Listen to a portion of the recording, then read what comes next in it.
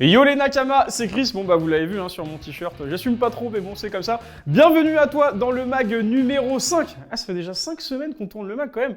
En tout cas j'espère que tu t'abonnes, que tu vas liker cette vidéo et que tu vas la partager. Et n'oubliez pas, ce dimanche il y a l'épisode 2 de Otaku qui sort présenté par Nathaniel et il y aura Billy Chou en featuring avec lui.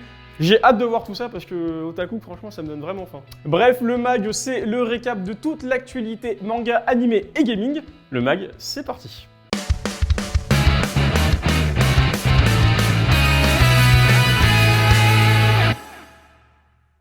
On commence l'actu avec un nouveau manga. Alors je sais pas ce que les éditeurs ont en ce moment, ils sont très chauds avec les nouveautés du Jump et il s'agit de Undead Unluck, un nouveau manga édité dans le Jump et donc il sortira aux éditions Kana à partir du 3 septembre. Pour la petite histoire, on suit Fuko Izumo qui est habité par une malédiction. Dès qu'elle touche quelqu'un et qui rentre en contact avec sa peau, et bah du coup cette personne décède. Et de l'autre côté, on a Andy qui est un Undead, donc du coup un immortel, qui lui cherche à se suicider par tous les moyens. Du coup, ils se rencontrent tous les deux et il leur arrive plein d'aventures et une organisation un peu chelou qui s'appelle Union fait face à eux et on va suivre leurs aventures. Ça sort le 3 septembre chez Kana.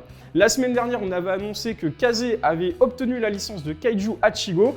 Là, c'est Kana qui obtient Undead Unluck. Du coup, là, si je regarde un petit peu comme ça, je me dis que Sakamoto Days, ça arrivera peut-être chez Glénat ou peut-être chez Kiun. En tout cas, affaire à suivre. Et on continue l'actu manga. Il y a eu un vote mondial concernant les personnages de One Piece. Et sans grande surprise, c'est Luffy qui est arrivé numéro 1 dans le monde. À quel point le pirate au chapeau de paille le plus connu est aimé, est apprécié de toute la communauté. Sans suivi de son vice-capitaine Zoro en numéro 2. Et pour le FC Nami, et bah grande gloire car la reine des Mugiwara est arrivée 3ème de ce classement. Et dites-nous en commentaire pour qui vous avez voté ou qui vous auriez voulu voir à la place de Luffy. Et on continue toujours actualité manga et très bonne nouvelle pour les fans de Made in Abyss car une saison 2 a été annoncée. Alors pour ceux qui s'en souviennent, il y a un film qui est sorti récemment en 2020 et donc du coup les fans sont très contents et moi le premier car la saison 2 a été annoncée. Pas de date encore pour le moment mais ça va arriver très très vite. Et une bonne nouvelle n'arrive jamais seule car Made in Abyss sera accompagné d'un jeu vidéo qui s'appelle Binary Star Falling into the Darkness. Ah vas-y, pourquoi vous me donnez tout le temps des titres en anglais qui sont relous là, comme ça là? Ce sera un jeu en action RPG en 3D. Il y aura donc une histoire originale écrite par l'auteur Akihito Tsukushi. Ce sera une histoire originale et vous pourrez bien évidemment retrouver le casting avec toutes les voix de l'animé. Donc ça c'est une très bonne nouvelle. Le jeu sortira en 2022, on n'a pas encore de date. Et ça sortira sur PS4, sur Switch et sur Steam.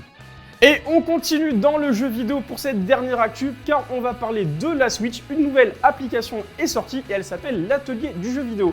Alors en quoi ça consiste? Vous pourrez créer vos propres jeux avec des programmations simplifiées et vous pourrez faire du beat'em all, des mini-jeux et même des shoot'em up. Tout ça avec des petits caractères très kawaii, très sympas. En tout cas, on a hâte de tester quand même cette application et du coup, dites-nous si vous êtes fan de ce genre d'application et pourquoi pas plus tard nous montrer vos petites créations. On aura hâte de tester tout ça. Le jeu sortira donc le 11 juin et sera au prix de 29,99 €. C'est déjà terminé pour le mag. J'espère que vous avez apprécié. N'hésitez pas à vous abonner, à liker et à partager et lâcher un pouce bleu bien évidemment. Toutes les news sont à retrouver sur nos réseaux sociaux, sur Instagram et sur Twitter. Et puis je vous promets pour la prochaine fois, je ne viendrai pas avec un t-shirt café. Et surtout, si vous aimez le cosplay, n'oubliez pas que sur Instagram, on a lancé un concours de cosplay. Ils sont vraiment tous stylés, donc si vous voulez leur donner de la force, voir ce qu'ils font, n'hésitez pas à aller sur la page Instagram et à nous dire quel cosplayer vous préférez. Voilà les Nakamas, c'est tout pour moi. Je vous fais des bisous et je vous dis à la semaine prochaine.